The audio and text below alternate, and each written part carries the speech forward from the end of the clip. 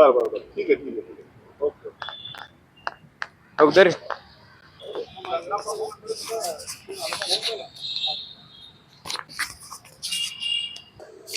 आलो आलो, इथे पार्क सोबत आहे. हा, पार्क सोबत आलो. हा, आलो आलो आलो, बाहेर आलो, 5 मिनिटात आलो. ओके.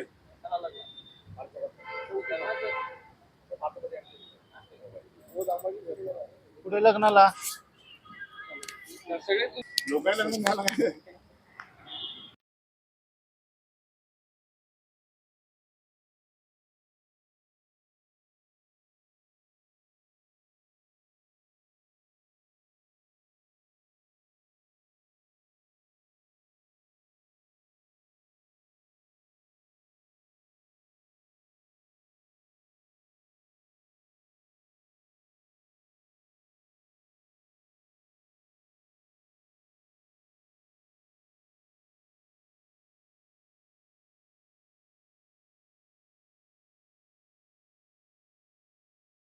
पूर्वी विकास लवांडे यांनी एक यादी जाहीर केली होती, त्यामध्ये वारकरी संप्रदायामध्ये घुसखोर होत असल्याचा त्यांनी दावा केला होता.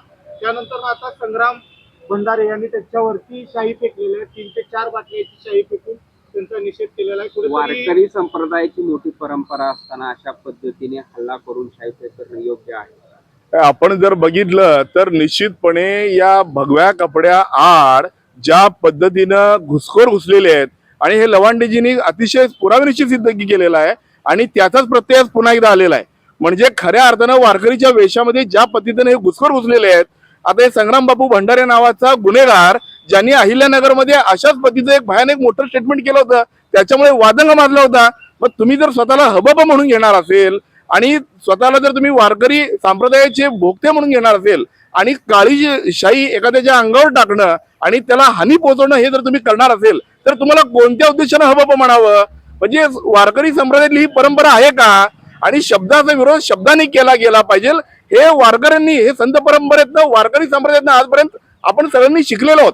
तरी सुद्धा संग्राम बापू भंडारे नामक एक मोठा गुन्हेगार या वारकऱ्यांच्या आडून, भाजपा प्रणित हा गुन्हेगार आहे, भाजपाकडून याला फंडिंग होतं, भारतीय जनता पार्टीचा तथाकथित हा गुंड ज्या पद्धतीनं पुरोगामीत्वाच्या विचारावरती लढणारे विकास लवांडेजी यांच्यावर 3-4 बाटल्यांची शाई फेक करतो, त्यांना इजा पोहोचवतो, त्यांची मानहानी करण्याचा प्रयत्न करतो, अशा संग्राम भंडारेचा मी निषेध व्यक्त करतो.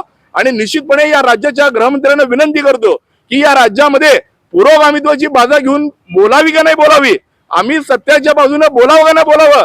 जर पुन्हा एकदा सत्याची बाजू घेऊन आम्ही बोलल्यानंतर आमचा जर तुम्ही पानसरे करणार असेल, दाभोळकर करणार असेल तर निश्चितपणे या पुढे देखील आम्ही जीवाला मुकाला तयार आहोत, परंतु आम्ही खऱ्याची बाजू अजिबात सोडणार नाही. आणि राज्याच्या गृहमंत्र्यांना विनंती करतो, संग्राम भंडारे नावाच्या या गुन्हेगाराला तात्काळ अटक झाली पाहिजे, याच्यावर गंभीर गुन्हे दाखल करून तात्काळ याला आत टाकला पाहिजे. दुसरीकडे हेच महाराज अधिकृत भूमिका स्पष्ट केली पाहिजे. गांधीजींच्या हत्येचं जर तुम्ही समर्थन करणार असेल तर हे निषेधार्ह आहे. या देशामध्ये या देशाचे पंतप्रधान जगात जेव्हा वेगवेगळ्या देशात जातात तेव्हा गांधीजींच्या चरणी लीन होतात, परंतु आपल्या देशात त्यांच्या विचारधारेचे कार्यकर्ते नथुरामाच्या विचारधारेचा पुरस्कार करतात. म्हणजे केवढा विरोधाभास आहे. निश्चितपणे भारतीय जनता पार्टी प्रणित या सगळ्या गुंडांचा, या सगळ्या हल्लेखोरांचा बंदोबस्त करणं या राज्याचे गृहमंत्री म्हणून देवेंद्र फडणवीस यांची जबाबदारी आहे आणि ती जबाबदारी झटकून आता चालणार नाही. कारण आज विकास लवांडे सारख्या राष्ट्रवादीच्या एका ज्येष्ठ नेत्याला ज्या पद्धतीने शाई फेक झाली, निश्चितपणे आज मी काँग्रेसचा राज्याचा प्रवक्ता आहे, माझ्या सुद्धा मनात भीती बसली आहे की बाबा मी खरं बोलावं की नाही बोलावं. जर खरं बोलण्यानं एखाद्याचा जीव जाणार असेल तर निश्चितपणे आयुष्याच्या शेवटपर्यंत आमचा जीव गेला तर बेहतर आम्ही खऱ्याच्या बाजूने बोलू.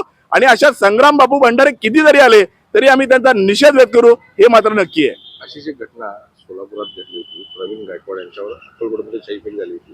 दीपक पाटील नावाच्या व्यक्तीनं त्याच्यावर शाईफेक केली होती, मारहाण केली होती. तुम्ही म्हणताय गुन्हे दाखल करा, त्या दीपक निश्चितपणे एक बघितलं पाहिजे, विरोध कशाचा आहे? विचारांचा विरोध आहे. विचारांचा विरोध हा विचारांनी झाला पाहिजे. संत परंपरेने आपल्याला शिकवणच ती दिलेली आहे. ज्या संत परंपरेचा तुम्ही वारसदार म्हणून सांगताय, तुम्ही प्रवचन करताय, कीर्तन करताय आणि तुम्ही अशा गुन्हे स्वतःच्या हातात घडवताय, म्हणजे हे संत परंपरेला गालबोल लावण्याचं काम ही सगळी लोक करतायत. आणि याच्या मागे भारतीय जनता पार्टीची पिलावळ आहे. भारतीय जनता पार्टी पुरस्कृत हे सगळे लोक आहेत. त्यामुळे निश्चितपणे राज्याच्या गृहमंत्र्यांना पुनश्च एकदा विनंती करतो, भाजपा प्रणित गुंडांना तात्काळ आवरला पाहिजे, यांच्यावर गंभीर गुन्हे आपण दाखल केलं पाहिजे.